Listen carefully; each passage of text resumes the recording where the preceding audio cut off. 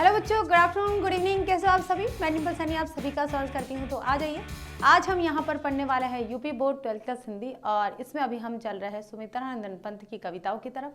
और हमने इनकी दो कविताएं पढ़ ली है। पहली थी इनकी हमने एक परिवर्तन पढ़ी है और उसके पहले वाली पढ़ी है। साथ में अब हम जो पढ़ने वाले हैं, जैसे हमने यहाँ पर पढ़ा था, एक तो उनकी परिवर्तन थी और एक थी उनकी नौका विहार। तो सबसे पहले हमने नौका विहार को पढ़ा था। नाव में हमने खुद ने भी विहार किया था उनके साथ में, और फिर हमने परिवर्तन पढ़ा। आज हम उनकी एक बापू के प्रति जो कविता, लास्ट कविता है और काफ़ी लंबी चौड़ी है, मैं उसको 1 घंटे में भी करने की पूरी कोशिश करूँगी। परिवर्तन को भी मैंने एक बार में कर लिया था। नौका विहार में ज़रूर मुझे समय लगा था, क्योंकि उसमें जो लैंग्वेज थी वो काफ़ी टिपिकल थी, काफ़ी संस्कृत निष्ठ खड़ी बोली का प्रयोग किया गया था, इसलिए थोड़ा समय लग गया है। आज लेक्चर 4 है। लेक्चर 4 के रूप में हम इस बापू के प्रति जो कविता उसको पूरा करके और साथ में कल इसके क्वेश्चन आंसर करके इस चैप्टर को खत्म करेंगे। और फिर हमारे जो मुश्किल से बचने वाले जो चैप्टर है वो ये है। बच्चों, मेरे पास ये वाली बुक भी है, हिंदी सौरभ चित्रा प्रकाशन की, और मेरे पास हिंदी राजीव प्रकाशन की भी बुक है। तो हम पढ़ रहे हैं सुमित्रानंदन पंत जी को। उसके बाद हमें 3 और पढ़ने हैं, महादेव वर्मा जी, रामधारी सिंह दिनकर और सच्चिदानंद हीरानंद वात्स्यानंद आज्ञा। ठीक है, तो तीनों को सोच रहे हैं कि 1 शॉट में करने की कोशिश करें, एक ही बार में 1-1.5 घंटा 2 घंटे जितना भी समय लगता है उस समय में हम इसको निपटाने की कोशिश करें। तो चलिए शुरू करते हैं बिना देर करे फटाफट से। तो सबसे पहले हम करने वाले हैं, इस कविता को पढ़ेंगे कि बापू के प्रति जो कविता है ना वो क्या है। महात्मा गांधी का साहित्यकारों को प्रेरणा देने का जो काम था ना, यानी कि काम नहीं करेंगे कि महात्मा गांधी से बहुत से साहित्यकारों ने प्रेरणा ली थी, खास करके छायावादी युग के कवियों ने। तो छायावादी युग का समय भी वही चला था, तो उसी समय में उन लोगों ने प्रेरणा ली थी। तो उसी आधार पर यहाँ पर बता रहे हैं महात्मा गांधी का जो शरीर है वो कितना कमज़ोर हो चुका है। सुमित्रानंदन पंत जी काफ़ी पूजते थे उनको, बहुत अच्छा मानते थे, उनका आइडियल मानते थे, उनकी प्रेरणा स्रोत थे महात्मा गांधी।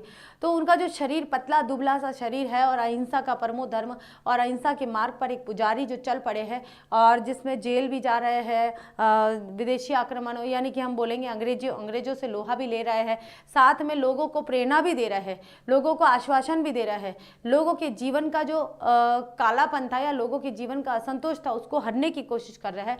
तो ये सारी चीज़ें यहाँ पर सुमित्रानंदन पंत ने उनकी कविताओं के माध्यम से कहने का तात्पर्य बताया है। साथ में एक उदाहरण भी दिया है कि जिस प्रकार से कृष्ण जो उनका मामा था कंस के प्रभाव को कैसे, कंस के अत्याचार से कैसे मथुरा की यानी कि समाज को या इस जनता को बचाते हैं, वैसे ही आप अंग्रेजों रूपी जो कंस है उससे इस समाज को यानी कि हिंदू समाज को बचाने का कार्य कर रहे हैं। ठीक है, भारत को बचाने का कार्य कर रहे हैं। तो यहाँ से शुरू है। तुम मांसहीन, तुम रक्तहीन है, अस्थि शेष तुम अस्थिहीन, तुम शुद्ध बुद्ध आत्मा केवल है, चिर पुराण है चिर नवीन, तुम पूर्ण इकाई जीवन की जिसमें असार भव शून्य लीन, आधार अमर होगी जिस पर भावी की संस्कृति समासीन। तुम मांसहीन, तुम ही हो रक्त अस्थि, निर्मित जिनमें नवयुग का तन, तुम धन्य तुम्हारा निश्वस त्याग है, विश्व भोग का वर साधन, इस भस्म काम तन की रज से जग पूर्ण काम नव जग जीवन, बीनेगा सत्य अहिंसा के ताने बानों से मानवपन, सुख भोग खोजने आते सब आए तुम करने सत्य खोज, जग की मिट्टी के पुतले जन तुम आत्मा के मन के मनोज, जड़ता हिंसा स्पर्धा में भर चेतना अहिंसा नम्र ओज, पशुता का पंकज बना दिया तुमने मानवता का सरोज, पशुबल की कारा से जग को दिखलाई आत्मा की विमुक्ति, विद्वेष घृणा से लड़ने को सिखलाई दुर्जय प्रेम युक्ति, वर्श्रम प्रसूति से कृतार्थ तुमने विचार परिणित उक्ति, विश्वानुरक्त है अनासक्त सर्वस्व त्याग को बना मुक्ति, उनके चरखे में कात सूक्ष्म युग युग का विषय जनित विषाद, गुंजित कर दिया गगन जग का भर तुमने आत्मा का निनाद, रंग रंग खद्दर के सूत्रों में नवजीवन आशा प्रहलाद, मानवी कला के सूत्रधार हर लिया यंत्र कौशल प्रवाद। नेक्स्ट चलिए। साम्राज्यवाद था कंस, बंदिनी मानवता, पशु बलव आक्रांत, श्रृंखला दासता प्रहरी बहु, निर्मम शासन पद शक्ति भ्रांत, कारागृह में दिव्य जन्म, मानव आत्मा को मुक्त कांत, जन शोषण की बढ़ती यमुना तुमने की नत पद प्रणत शांत। लास्ट पैराग्राफ है ये। कारा थी संस्कृति विगत, भित्ति बहुधर्म जाति गति रूप नाम, बंदी जग जीवन भू विभक्त, विज्ञान मूढ़ जन प्रकृति काम, आए तुम मुक्त पुरुष कहने, मिथ्या जड़ बंधन सत्य राम, नानृत जयति सत्य माभे, जय ज्ञान ज्योति तुमको प्रणाम। ठीक है, तो इस तरह से हमने यहाँ पर ये पूरा हो चुका है और अब हम यहाँ से शुरू करते हैं इसकी सप्रसंग व्याख्या। तो 7 पैराग्राफ है, तो 7 तरह की सप्रसंग व्याख्या हम पढ़ेंगे। एक बार इसका संदर्भ होगा, बार बार संदर्भ नहीं लिखा जाएगा बच्चों, और एक ही बार संदर्भ होगा, प्रसंग इसका हर बार अलग होगा। ठीक है, तो सबसे पहले शुरू करते हैं। पहला हमारा पैराग्राफ है, पहला पद्यांश, सप्रसंग व्याख्या। तो मासहीन, अब यहां पर महात्मा गांधी जी के लिए एक उद्बोधन आया है, एक संज्ञा आई है, मासहीन, क्योंकि महात्मा गांधी ना बहुत ज़्यादा पतले दुबले थे। गांधी जी बहुत ज़्यादा पतले दुबले थे, तो ऐसा लगता था कि उनके शरीर में मांस है ही नहीं, बिल्कुल पसलियां तक नजर आती थी, इतने पतले दुबले थे कि तुम मांसहीन, तुम रक्तहीन। ऐसा लगता है, गांधी जी के लिए कहा गया है, पंत जी कह रहे हैं कि ऐसा लगता है देखने में कि तुम्हारे अंदर मांस नहीं है, तुम्हारे अंदर रक्त नहीं है, अस्थि शेष, केवल और केवल हड्डियां ही बची हुई है, केवल और केवल हड्डियां ही दिखाई देती थी कि तुम्हारे शरीर में न तो मांस है और न रक्त है। अस्थि शेष है, अस्थि शेष कि केवल हड्डियों का ढांचा दिखने वाले है, अस्थिहीन मतलब तुम्हारे अंदर अस्थि भी, ऐसा लग रहा है अब अस्थि भी नहीं है, ऐसा प्रतीत हो रहा है। तुम शुद्ध बुद्ध, बुद्ध का मतलब होता है ज्ञानी, कि तुम शुद्ध ज्ञानी हो, केवल आत्मा, तुम केवल एक ऐसी आत्मा हो जो शुद्ध रूप से ज्ञानी कही जाने वाली हो। इस संसार में पंत जी को केवल वही व्यक्ति यानी कि गांधी जी ही एक ऐसी आत्मा नजर आए जो शुद्ध बुद्ध यानी कि बुद्ध यानी ज्ञानी यानी कि शुद्ध रूप से ज्ञान जिनके अंदर भरा हुआ है, ऐसा व्यक्ति लगे। है चीर, चीर यानी कि बहुत लंबे से, पुराण, चीर पुराण यानी कि प्राचीन, पुराण का मतलब होता है प्राचीन, और चीर यानी कि स्थाई, तुम स्थाई पुराण हो, तुम स्थाई प्राचीन है। चीर नवीन, या तो तुम पूर्ण रूप से प्राचीन हो या तुम पूर्ण रूप से नए हो एकदम। कभी कभी तुम्हारे विचार जो पूर्ण रूप से प्राचीन नजर आ रहे हैं, तुम्हारी हमारी जो भारतीय संस्कृति है उसके द्योतक नजर आ रहे हैं। कभी कभी जो आपके विचार है वो हमें नई जनरेशन को बढ़ता हुआ आगे देखकर भी नजर आ रहा है, यानी कि नवीन विचारधारा को भी तुम समर्थन दे रहे हो, साथ में पुरानी विचारधारा का भी तुम समर्थन कर रहे हो, यानी कि पुरानी संस्कृति को लेकर नए विचारों के साथ में आगे बढ़ने की हमें प्रेरणा दे रहे हो। तुम पूर्ण इकाई जीवन की, यानी कि जीवन के जिस तरह से जिया जाता है और जीवन के लिए एक उदाहरण मात्र होता है, वो उदाहरण मात्र तुम पूरे एक ही काफी हो, मतलब तुम अकेले एक ही काफी हो इस संसार को चलाने के लिए, इस संसार को प्रेरित करने के लिए, जिसमें असार भव शून्य लीन, भव शून्य का मतलब है संसार रूपी शून्य, संसार का शून्य लीन है, जिसमें असार, असार यानी कि जिसका कोई सार न हो, सार तत्व न हो, आधार अमर होगी जिस पर भावी की संस्कृति समासीन, भावी का मतलब होता है भविष्य, कि तुम्हारे ही विचारों के आधार पर भारत जैसे विशाल देश का भविष्य निर्धारित होगा। आधार यानी कि निर्धारित होगा, आधार बनेगी तुम्हारे जीवन का, तुम्हारा जीवन ही इस भारत की भूमि का आधार है, धरती का आधार है। ठीक है, तो चलिए यहां करते हैं हमारा सबसे पहले संदर्भ। प्रस्तुत पद्यांश हमारी हिंदी पाठ्य पुस्तक में संकलित तथा सुमित्रा नंदन पंत द्वारा लिखित बापू के प्रति शीर्षक कविता से उद्धृत की गई है। ये जो प्रसंग है सभी पदों में समान रहेगा, मैं लिख लेती हूं, सभी पदों में समान रहेगा। ठीक है, ये जो पद्यांश है सभी पदों में समान रहेगा। प्रसंग के प्रस्तुत पद्यांश के माध्यम से राष्ट्रपिता महात्मा गांधी का गुणगान किया गया है।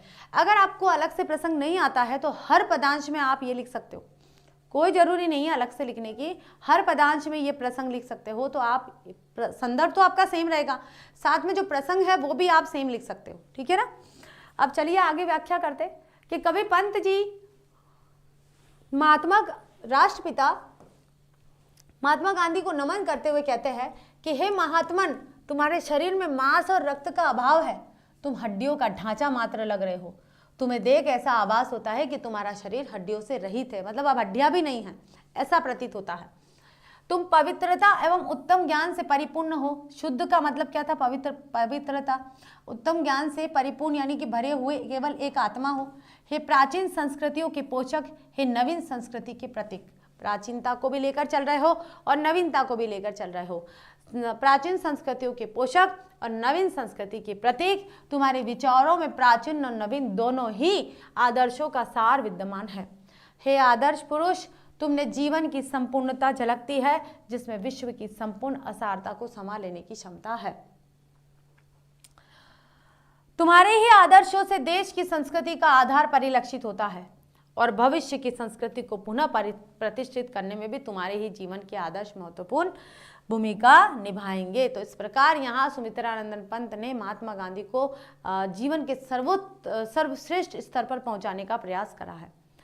तो चलिए अब करते हैं यहाँ पर काव्य सौंदर्य। तो काव्य सौंदर्य में भाव पक्ष आता है। तो भाव पक्ष में सबसे पहले बताया है कि प्रस्तुत पद्यांश के माध्यम से राष्ट्रपिता महात्मा गांधी के आदर्शों को भारतीय संस्कृति का भाग बताया है कि हमारे जो भारतीय संस्कृति के आदर्श है ना, वो महात्मा गांधी के माध्यम से एक पीढ़ी से दूसरी पीढ़ी में स्थानांतरित होगी और लोग इन संस्कारों को लेकर आगे चलेंगे। दूसरा है शांत रस है इसमें कि भाषा संस्कृतनिष्ठ खड़ी बोली, परिष्कृत खड़ी बोली, शैली गीतात्मक है, आप इसे गा भी सकते हैं, मुक्तक शैली है, अलंकार विरोधाभास है, चौथा नंबर का है ये, विरोधाभास अलंकार, यमक अलंकार, रूपक अलंकार, गुण इसमें प्रसाद है और शब्द शक्ति इसमें आ गई है हमारी अभिधा और लक्षणा। ठीक है, नेक्स्ट चलिए, तुम मांस तुम ही हो रक्त अस्थि, कि तुम ही मांस हो और तुम ही रक्त अस्थि, निर्मित जिनसे नवयुग का तन, यानी कि इस नए युग का जो शरीर बनने वाला है, ये नए भारत का नया भारत जो बनने वाला है, तन का मतलब होता है नए भारत रूपी शरीर, भारत का शरीर, यानी कि नए भारत का जो शरीर बनने वाला है या नए भारत का जो निर्माण होने वाला है, उसमें तुम ही मांस हो, तुम ही अस्त हो, रक्त हो और तुम ही अस्थि हो, यानी कि हमारा जो भारत बनने वाला है उसमें तुम ही मांस रूपी भूमिका निभाओगे, तुम ही उसमें रक्त का संचार करोगे, तुम ही उसमें अस्थियां हो, मतलब सब कुछ तुम्हारा ही दिया हुआ होगा। तुम धन्य तुम्हारा निस्व त्याग, तुम हे महात्मन तुम धन्य हो, तुम्हारा निस्वार्थ त्याग, इस त्याग के कारण है विश्व भोग का वह साधन, और ये जो तुम्हारे त्याग के कारण जो भी फल होगा या जो भी हम प्राप्त करेंगे उसे पूरा विश्व इसका भोग करेगा। इस भस्म काम तन की रज से, इस भस्म काम का मतलब होता है तन, ये जो शरीर है मिट्टी में मिल जाने वाला है। ठीक है, ये जो शरीर है सभी मनुष्यों का शरीर है, मिट्टी में मिल जाने वाला है, मिट्टी से ही बना है और मिट्टी में ही ये मिल जाएगा। इस भस्म काम तन की रज से, कि जो शरीर मिट्टी से बना है और मिट्टी में मिलने वाला है, उस मिट्टी से जगपूर्ण काम नव जीवन का, इस संसार का पूरा काम करा है, इस संसार के नए जीवन का काम करा है तुमने। कि हम तो क्या करते हैं, हमारा जो शरीर है वो तो बना है मिट्टी से और मिट्टी में मिल जाता है, लेकिन तुमने इस मिट्टी में मिलने वाले शरीर का सदुपयोग करा है और इस नए जग जीवन का, नए संसार का निर्माण किया है।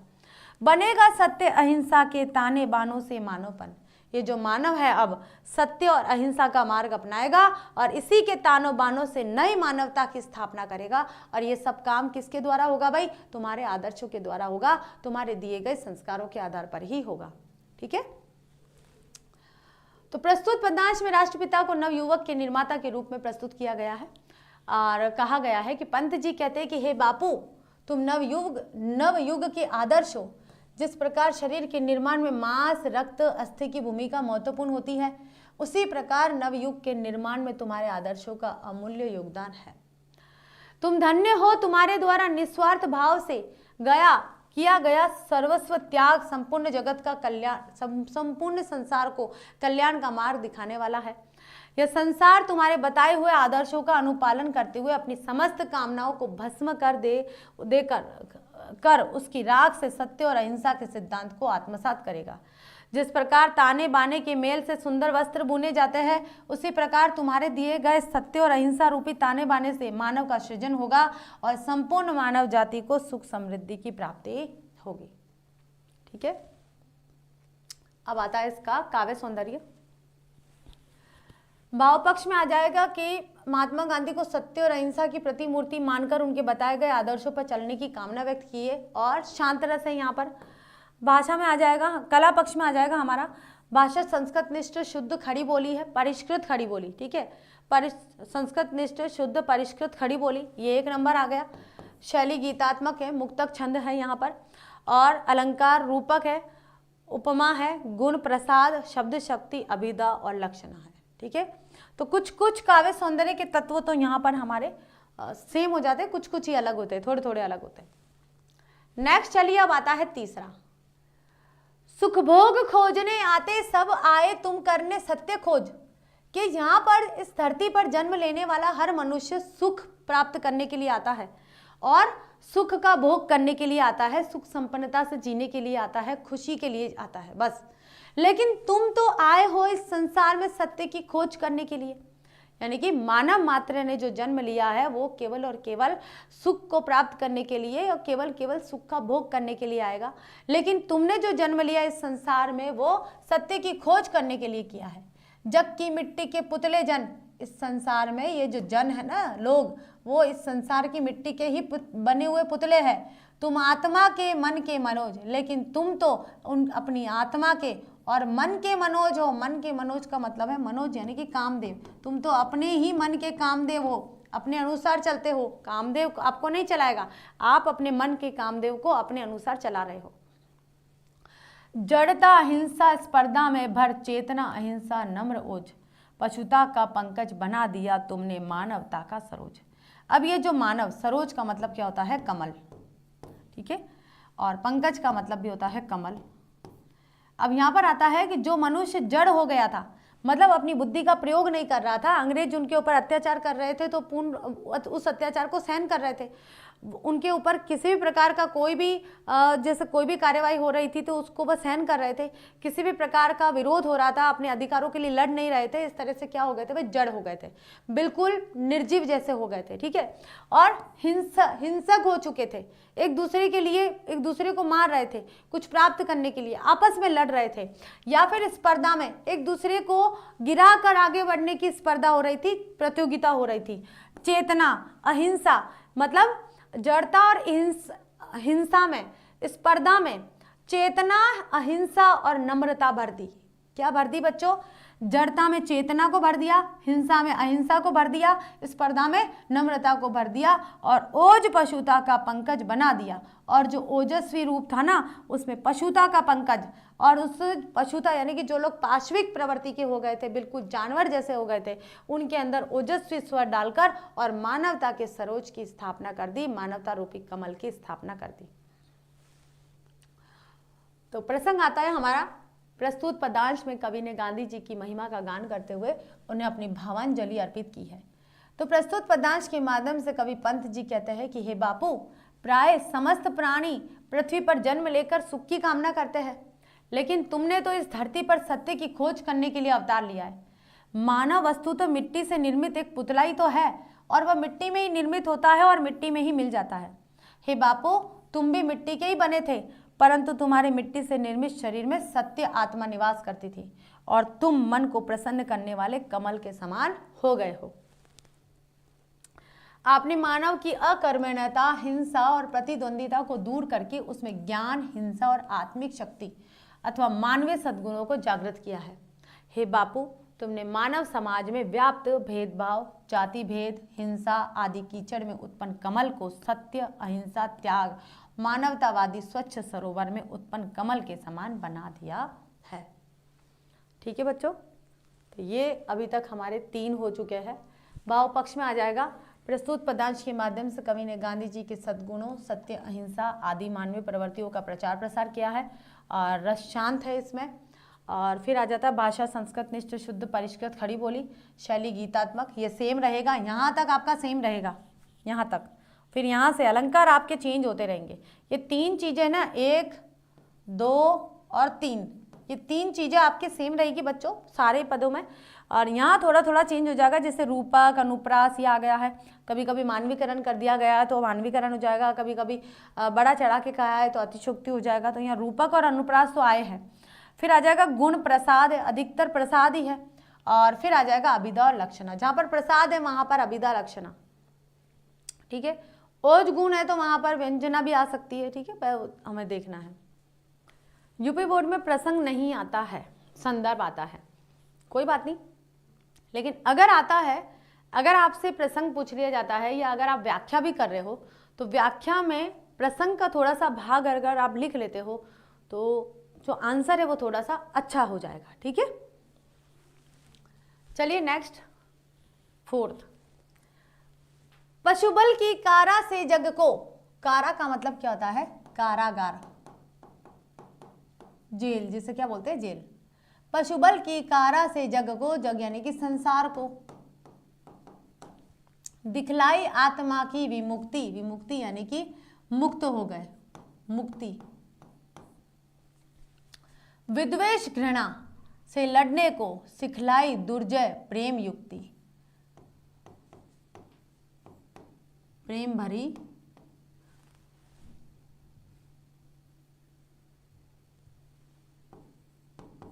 उपाय। वर्श्रम प्रसूति से ही कृतार्थ, तुमने विचार परिणित उक्ति, विश्वानुरक्त है अनासक्त, सर्वस्व त्याग को बना मुक्ति। अब देखिए यहाँ पर क्या बताया गया है, तो यहाँ पंत जी कह रहे हैं कि पशुबल की कारा से जग को, कि जो संसार है पाश्विक प्रवृत्ति अपना चुका था, पूर्ण रूप से पशु बन चुका था, उस पशुता को आपने नष्ट करा है। जो पशुता की जकड़ में था, यानी कि पशुता पाश्विक प्रवृत्ति के कारागार में ये संसार जो फंस चुका था, पूरी तरह से जकड़ चुका था, इसको आपने अपनी आत्मा को मुक्त करके इसे पशुता की मुक्ति, पशुता पाश्विकता से मुक्ति दिलाई है। अब पाश्विकता ऐसा नहीं है कि मनुष्य पशु बन जाता है, ऐसा नहीं। मनुष्य की जो आत्मा है ना बच्चों, वो पाश्विक प्रवृत्ति के अंतर्गत आ जाती है। तो महात्मा गांधी ने अपने विचारों से, अपने कर्मों से या अपने प्रेरणा से मनुष्य की जो आत्मा है, जो पाश्विक प्रवृत्ति के आधार पर जकड़ गई थी, उस आत्मा को विमुक्त करवाया है, उस आत्मा को स्वतंत्र करवाया है। द्वेष घृणा से लड़ने को सिखलाई दुर्जय प्रेम युक्ति। जो व्यक्ति विद्वेष के कारण, विद्वेष का मतलब होता है आपसी जो संघर्ष होता है, द्वेष होता है, एक दूसरे का जो गुस्सा होता है उससे, और घृणा जो एक दूसरे से नफरत कर रहे हैं, ठीक है, उसके कारण जो आपस में लड़ रहे थे, ठीक है, धर्म, संप्रदाय, जाति, इनके आधार पर जो लड़ रहे थे, उन लड़ते हुए लोगों के मन के अंदर प्रेम की भावना को जागृत किया है। और प्रेम की भावना को जागृत करके उन्होंने ये विद्वेष और घृणा के कारण जो लड़ाइयाँ हो रही थी, उस लड़ाइयों को दूर करा है। यानी कि जब तक, गांधी जी के विचार ये थे कि जब तक आप घर में लड़ना नहीं छोड़ोगे, बाहर कैसे लड़ोगे। आप घर में ही लड़ रहे हो, घर की लड़ाई नहीं सुलट रही है, तो बाहर की लड़ाई को कैसे आप मतलब समझाओगे या कैसे आप उसको हल करोगे। तो पहले आप अपने घर में स्वतंत्र हो जाइए, घर में अच्छे विचार रखिए, तब जाके आप बाहर अपने विचारों को प्रस्तुत करते हो, तो उन विचारों की कोई ना कोई महिमा जरूर हो सकती है।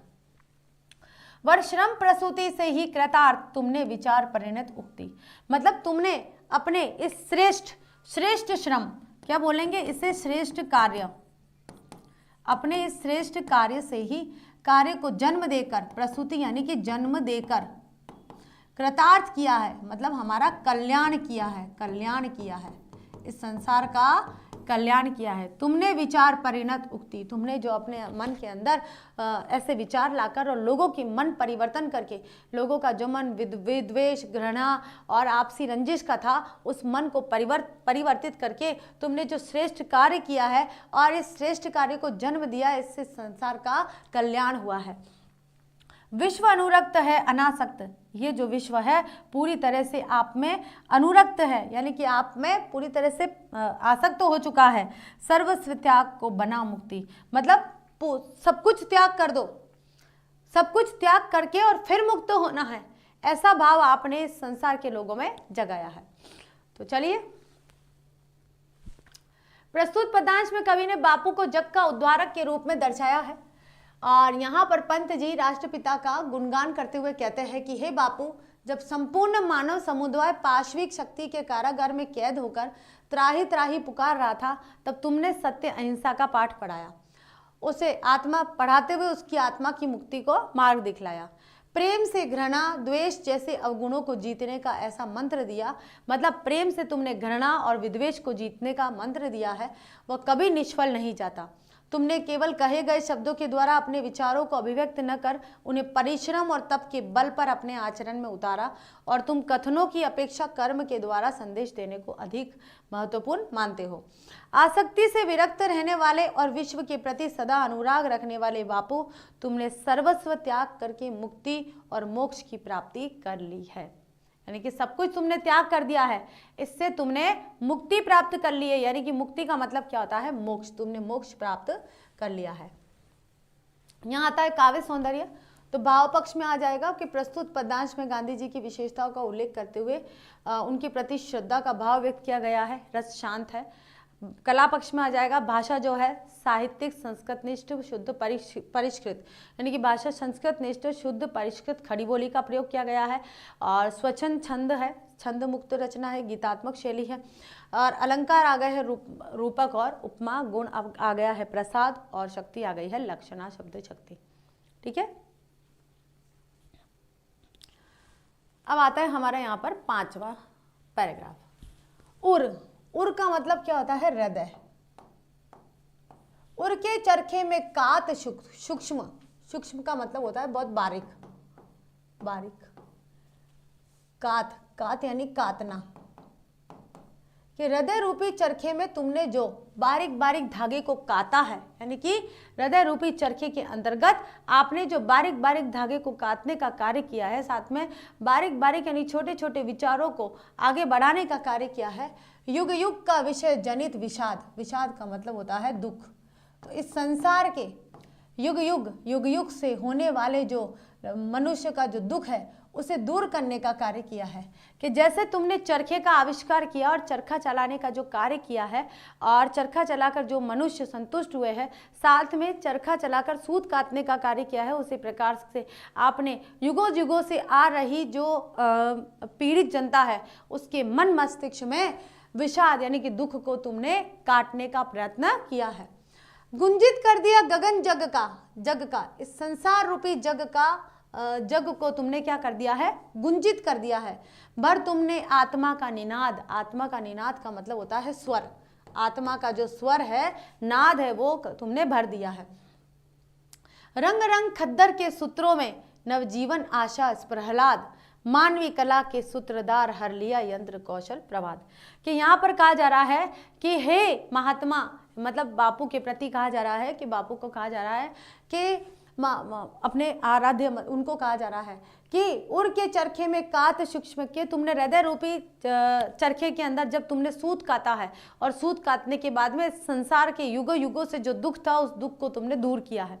मतलब उनको एक तरह से तुमने आर्थिक रूप से सशक्त बनाने का कार्य किया है, और दूसरी तरफ तो जो अकर्मण्य व्यक्ति थे उनको कर्मशील बनाने का कार्य किया है। गुंजित कर दिया गगन जग का, इस संसार रूपी गगन को तुमने गुंजित कर दिया है। भर तुमने आत्मा का निनाद, हर आत्मा के मन, हर व्यक्ति की आत्मा के अंदर तुमने एक स्वर भर दिया है। स्वर कैसा? कि जो अकर्मण्य थे वो कर्मशील हो गए हैं, मेहनत करना आ गया उनको, उनके पास काम मिल गया, रोजगार मिल गया, जिससे उनकी आमदनी होगी, आमदनी के साथ में वो अपने परिवार का भरण पोषण कर सकते थे। रंग रंग खद्दर के सूत्रों को, अब खद्दर भाई सूत काट रहे थे, अब सूत काट रहे थे, साथ में जो खद्दर यानी कि जो भी चादर वगैरह या जो भी खादी का जो कपड़ा होता है उसको रंग रहे थे। मानवीय कला के सूत्रधार हर लिया यंत्र कौशल प्रभात। तो इस प्रकार से तुमने यंत्र का निर्माण करके यंत्र कौशल किस प्रकार से आगे बढ़ सकता है उसको तुमने साबित कर दिया है। तो अब आता है प्रसंग। प्रस्तुत पद्यांश में कवि ने गांधी जी को जगत की आत्मा का परिष्कार करने वाला माना है, और कवि गांधी जी के प्रति श्रद्धा भाव दर्शाते हुए कहते हैं कि हे बापू, तुमने चरखे को महत्व देकर न केवल लोगों की भौतिक आवश्यकताओं की पूर्ति की है, मतलब केवल और केवल तुमने उनकी आर्थिक आवश्यकताओं की पूर्ति नहीं की है, बल्कि पूर्ति हेतु कर्म में जुड़े रहने की सीख दी, बल्कि अपने हृदय रूपी चरखे के माध्यम से युग युग से मानव हृदय में व्याप्त वासना जन्य विकारों को दूर किया है। जो पूरे समय वासना जन्य विकार यानी कि सिर्फ हमें बैठे बैठे खाना है, किसी और के पैसों पर जीवित रहना है, तो ये जो वासना जन्य विचार थे उनको भी तुमने दूर किया है। तुमने चरखा आंदोलन के साथ साथ सत्य और अहिंसा की पवित्र गूंज से उत्पन्न आत्मिक संगीत के द्वारा संपूर्ण धरती और आकाश को गुंजायमान कर दिया है। ठीक है, खादी के वस्त्रों पर रंग चढ़ाने के साथ साथ खादी को जन जन के से जोड़कर लोगों के जीवन में आशा और उल्लास का रंग भर दिया है। इस प्रकार तुम्हारे माध्यम से एक नई मानवीय कला का सूत्रपात किया गया है। हे बापू, चरखा के माध्यम से एक और तो तुमने वासना जन्य पीड़ाओं से छुटकारा दिलाए, दूसरी ओर मशीनीकरण को भी चुनौती दे दी। क्या करा भाई? मशीनीकरण को भी चुनौती दे दी है। जो धागे, जो कपड़ा मशीनों से बनाया जाता है, अब वो चरखे से बनाया जा रहा है।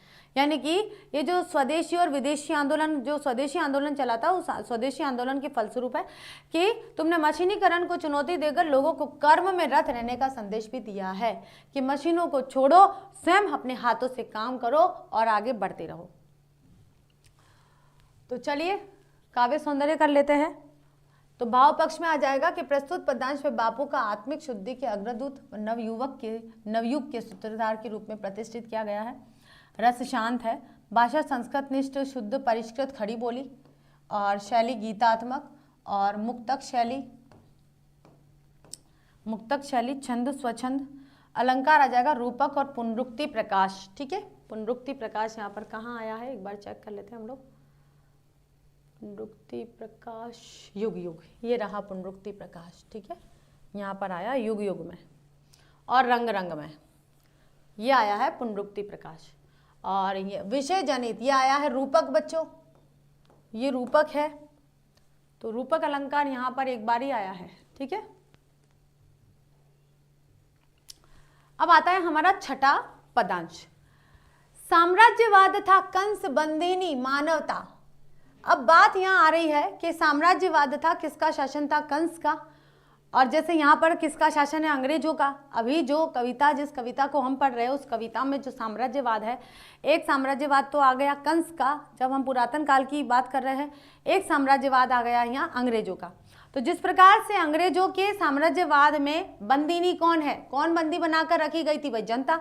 इसी तरह से कंस के साम्राज्यवाद में किसको बंदी बनाकर रखा गया था? देवकी और वसुदेव को। ठीक है, पशु बलात्क्रांत श्रृंखला दास्ता प्रहरी बहु निर्मम शासन पद शक्ति भ्रांत। अब भाई देखिए, पशु की तरह उसके ऊपर बल आक्रोशित करके उसको बेड़ियों से बांधकर, श्रृंखला का मतलब क्या होता है? बेड़ियां, उसको चैनों से, मतलब जो सांकले होती है ना, उससे बांधकर, दासता मतलब उसको पूरी तरह से दास बनाया गया था। प्रहरी बहु, और बहुत सारे उसके ऊपर प्रहरी लगा दिए थे, मतलब कि सैनिक लगा दिए थे। किसके ऊपर? देवकी और वसुदेव को जब बंदी बनाया गया था और उनके ऊपर उनको मतलब पशु बलाक्रांत यानी कि जानवरों की तरह उनके साथ व्यवहार किया जाता था। साथ में उनको बेड़ियों से बांधकर दास के रूप में रखा जाता था और बहुत सारे सैनिक उनकी सुरक्षा करते थे, यानी कि देखते थे, उनकी जांच पड़ताल करते थे। निर्मम शासन पद शक्ति भ्रांत, पूरी तरह से जो शक्ति है ना वो भ्रमित हो चुकी थी और जो शासन था वो पूरी तरह से मतलब जनता के ऊपर कंस का जो शासन था वो भी बहुत ज़्यादा, जो कंस है वो अत्याचार करता था। उस अत्याचार को दूर करने के लिए, जिस प्रकार से मथुरा के वासियों के अत्याचार को दूर करने के लिए कृष्ण ने जन्म लिया था, उसी प्रकार इस भारत भूमि के अत्याचारों का जो अंग्रेज, कंस का रूप कौन है भाई? अंग्रेज। तो भारत भूमि के ऊपर अंग्रेजों द्वारा किए गए अत्याचारों को दूर करने के लिए श्री कृष्ण के रूप में महाहे बापू आपने जन्म लिया है। ठीक है, कारागार में दे दिव्य जन्म। अब जिस प्रकार से कारागार में किसने जन्म दिया था भाई? देवकी ने जन्म दिया था। किसको दिया था? यहाँ पर श्री कृष्ण को दिया था। तो उसी प्रकार से यहाँ कहा जा रहा है कि कारागार में रहकर महात्मा गांधी नए नए विचारों को, कारागार में रहकर अपने नए नए विचारों को जब प्रकाशित करवाते थे या वहाँ से जो भी शब्द बोलते थे वो शब्द उनके लिए मतलब पोषण होता था, भारत की जनता के लिए पोषण होता था। कारागार से निकल कर जब वे आते थे तो जो भारत की जनता है उनको पूजती थी, क्योंकि उनके जो भी कष्ट है उनका निवारण करने के लिए वो जाते थे। मानव आत्मा को मुक्त कांत जन शोषण की बढ़ती यमुना, कि मानव आत्मा को मुक्त करने के लिए, मानव आत्मा को यानी कि मानव रूपी मानव को मुक्त करने के लिए, मानव की आत्मा जो अंग्रेजों के बस में थी उसे दूर करने के लिए जन शोषण की बढ़ती यमुना, जन रूपी शोषण यानी कि जो अंग्रेजों का शोषण है वो बढ़ता जा रहा था। जिस प्रकार से जन शोषण की यमुना बढ़ जाती है, जैसे श्री कृष्ण जब यमुना मथुरा में जब जो ब्रज क्षेत्र है उस ब्रज क्षेत्र में यमुना नदी है, यमुना नदी जब अपने उफान पर आ जाती थी तो श्री कृष्ण अपने प्रभाव से यमुना नदी को शांत करते थे। उसी प्रकार से ये जो जनता के ऊपर शोषण हो रहा है अंग्रेजों के द्वारा, उस शोषण को जो महात्मा गांधी है अपने कर्मों के आधार पर उसे शांत करने की कोशिश कर रहे हैं। तुमने की नत, नत का मतलब झुका दिया, पद प्रणत शांत, कि तुमने क्या करा है, उस अंग्रेजों के शासनकाल को तुमने झुका दिया है, तुम्हारे सामने नतमस्तक रहते हैं कि तुमने अपने सत्य और अहिंसा के मार्ग पर चलकर सत्य के आधार पर तुमने उस शासन तंत्र को झुकाने का प्रयास करा है। ठीक है बच्चों, तो चलिए प्रस्तुत पद्यांश में कवि ने अंग्रेजी शासन के दौरान भारतवासियों पर किए जाने वाले अत्याचारों एवं बापू के द्वारा भारत को स्वतंत्र कराने का उल्लेख किया गया है। पंत राष्ट्रपिता को संबोधित करते हुए कहते हैं कि हे बापू, जिस प्रकार कंस के शासन के दौरान मानवता पर घोर अत्याचार किया जाता है, मानो वह बंदी गृह में कैद हो, उसी प्रकार अंग्रेजी साम्राज्यवाद में भी भारतीयों के साथ तरह तरह के अत्याचार किए जाते थे। यहाँ की जनता विदेशी पाश्विक शक्तियों से पीड़ित थी। जिस प्रकार कंस के साम्राज्य में पद और शक्ति के मद में भ्रमित क्रूर अधिकारीगण जेल के पहरेदार बनाए गए थे, ठीक है, उसी प्रकार से अंग्रेजी शासन में भी बावजूद इसके देवकी ने बंदी गृह में कृष्ण को जन्म दिया। कितने ही पहरेदार हो, लेकिन फिर भी देवकी ने कृष्ण को जन्म दे दिया था और उसे मथुरा पहुंचा दिया था, देकर मथुरा वासियों को कंस के अत्याचारों से मुक्त कराया।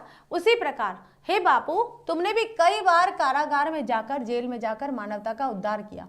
भारत के निवासियों का शोषण करने वाली अंग्रेजी साम्राज्य रूपी यमुना को सत्य और अहिंसा का सहारा लेकर अपने चरणों में झुकने के लिए विवश कर दिया। कहने का तात्पर्य है कि जिस प्रकार श्री कृष्ण ने अपने चरणों के स्पर्श से भयानक रूप धारण कर यमुना को शांत और वश में किया था, उसी प्रकार महात्मा गांधी के समक्ष अत्याचार और शोषण का प्रतीक बनी अंग्रेजी शासन व्यवस्था को झुकना पड़ा था। गांधी जी के अहिंसात्मक विरोध के सामने उसकी एक न चली थी और अंततः बापू के प्रयासों से अंग्रेजों को यहाँ से भागना पड़ा। तत्पश्चात हमारा देश स्वतंत्र हो गया था। ठीक है, तो चलिए करते इसका काव्य सौंदर्य। भाव पक्ष में आ जाएगा कि प्रस्तुत पद्यांश में अंग्रेजी शासन की तुलना कंस के क्रूर शासन से की गई है। रस हमारा यहाँ पर शांत है, वीर रस है। कौन सा है? वीर रस है। तो अब आ जाएगा यहाँ, जब वीर रस आ जाता है ना तो गुण भी चेंज हो जाता है। मैंने बताया था भाषा आपकी संस्कृत निष्ठ शुद्ध परिष्कृत खड़ी बोली 1 नंबर, शैली गीतात्मक 2 नंबर, और मुक्तक छंद स्वच्छंद है 3 नंबर, अलंकार रूपक अनुप्रास दृष्टांत ये 4 नंबर, ये आपका अलंकार 4 नंबर, और गुण जैसे ही वीर रस आया है गुण चेंज हो गया है, ठीक है, 5 नंबर, और जो शब्द शक्ति है वो कौन सी है? लक्षणा शब्द शक्ति 6 नंबर। जैसे ही रस चेंज होता है गुण अपने आप चेंज हो जाएगा। वीर रस आते ही ओज गुण आ जाएगा। वीर रस, भयानक रस, ये जब आ जाते हैं ना तो ओज गुण आ जाता है। लास्ट है हमारा ये पदांश, कारा थी संस्कृति विगत भित्ति, बहुधर्म जाति गति रूप नाम। अब ये क्या कहा जाता है? कारा। कारा का मतलब जेल, ठीक है। अब हमारी जो संस्कृति है ना विगत यानी कि पिछली, बीती हुई, हमारी जो संस्कृति पिछली है, बीती हुई, वो कारागार यानी कि जेल में बंद थी, यानी कि संकीर्णताओं में बंद थी। हमारे मन मस्तिष्क की जो संकीर्णताएं है, छोटी सोच थी, हमारी संस्कृति को हम भुला चुके थे, उसमें बंद थी, उस कारागार में बंद थी। बहुधर्म जाति गति रूप नाम, और ये संस्कृति अलग अलग धर्म, अलग अलग जाति, अलग अलग वर्ण, अलग अलग माध्यम से ये बटी हुई थी। तो हमने हमारी संस्कृति को पूरी तरह से बांट रखा था। तो ऐसे जो छिन्न भिन्न संस्कृति है ना, उसके बारे में अब बताया जा रहा है। बंदी जग जीवन भू विभक्त, यानी कि जो जग जीवन था, संसार का जीवन था, वो बंदी रूप में था, और जो धरती थी वो पूरी तरह से बढ़ चुकी थी। विज्ञान मूढ़ जन प्रकृति काम, आए तुम मुक्त पुरुष कहने, मिथ्या जड़ बंधन सत्य राम, नानृत जयति सत्यम माँ, जय ज्ञान ज्योति तुमको प्रणाम। एक और पंक्ति आएगी यहाँ पर, शायद मुझे देखना पड़ेगा कि ये पंक्ति है भी या नहीं है।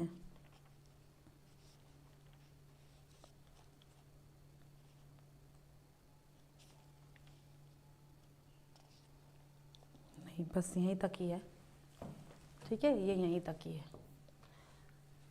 तो यहाँ आएगा, अब निकलिए ना, इधर से ही है ना,